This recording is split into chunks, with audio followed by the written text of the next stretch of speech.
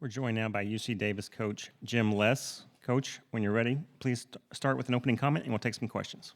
Well, I'll reiterate what I told the team. Sometimes you just, at the end of the night, you got to tip your cap to the team that played better, was more physical, and executed better than we did, and deserved to win.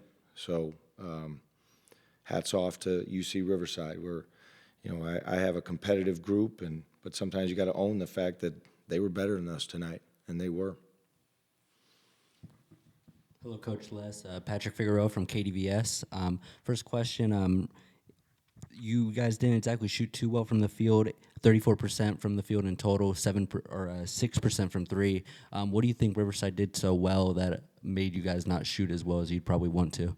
I just thought their overall physicality, Patrick, was really good, and they were putting bodies on us, and I thought they contested. They hard contested every look. We got very few open looks, and when a team is that aggressive and physical, I thought we got sped up a little bit. So rushed any open opportunities we did have. I thought we rushed them, but then that's a credit to them and their defense and how active and alive they were.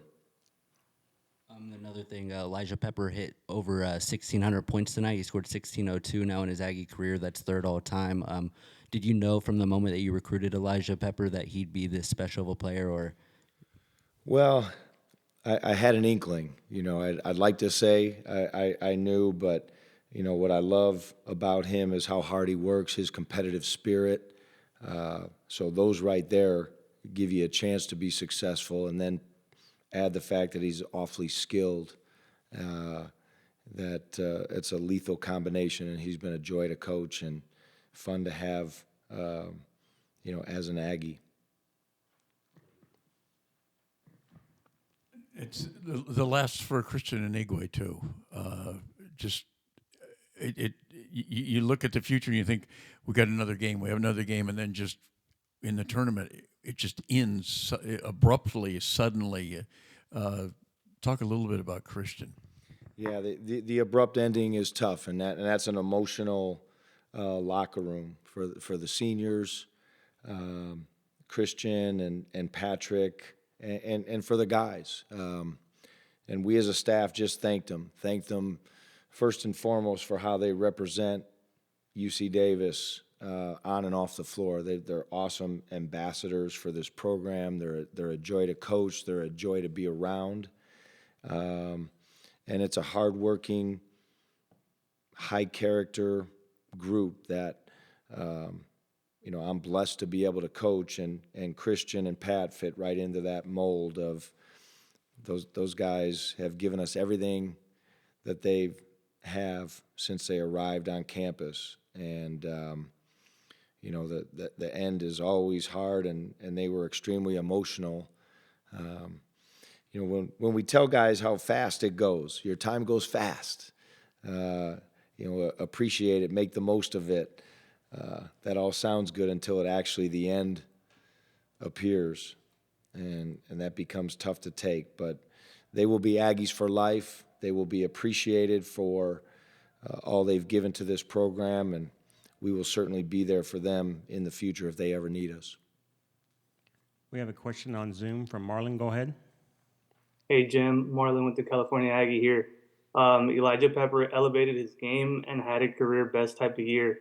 He averaged 22 points per game while leading the Big West in scoring and ranked fourth in the nation in scoring. He looked like he took more of a leadership role this year and took his offense to new heights. I mean, he scored 30-plus points 7 times this season. What was the biggest cause for this change?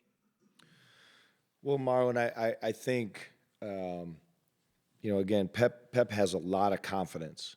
And I think, what was most impressive this year, and you said he had 7 30-point games, is, everybody and every night he was seeing the other team's best defender. He was seeing multiple defenders. He was seeing schemes designed specifically to stop him. And it was next to near impossible. I think he also has a great appreciation for his teammates. A lot of guys set a lot of screens for him, And because they like Pep so much and he's a good teammate, they're willing to set those screens. And his teammates are also willing to move the ball and find him, or maybe give up a shot, because they know there's a good chance if they can get it to Pep, he's got a great chance of making that shot maybe better than I do. So it's a unique perspective that our team had, I thought, towards Elijah, because they like him off the floor. They appreciate how hard he works. And I thought they embraced the fact that he was a lethal scorer as much as Eli did, and put him in a position to be successful with their commitment to him, and Eli fed off of that. Probably a hard time to do it, but if you could put this season in perspective, just kind of the wrap on this season, where you hope to be, where the highs and the lows of it. Yeah, I think, we had some really good moments, some really good wins. I think, we had some inconsistencies. When it would seem like, you'd win 2 or 3 in a row and be able to put a string together, we'd have a tough loss, or maybe we wouldn't play up to our capability. So I think we fought inconsistency early, middle part of the year. I think the end of the year, we as a staff were appreciative, because we were, we had a lot of guys. There's guys walking in and out of the gym tonight in boots. So a lot of guys were willing to lace it up and continue to play, even though they were not 100%. And so we were just appreciative and trying to manage that as we came down the stretch, because of the number of health issues that we had. But again, it speaks to the character of this group. And I don't know, it was 18 wins. It's to me, there's always a woulda, coulda, shoulda, a lot of close games. But I think when my perspective gets better, when I get away from this game for about 24 or 48 hours, I'm going to look back fondly at this group for what they gave us night in, night out, day in and day out. And, I look at it as they were successful.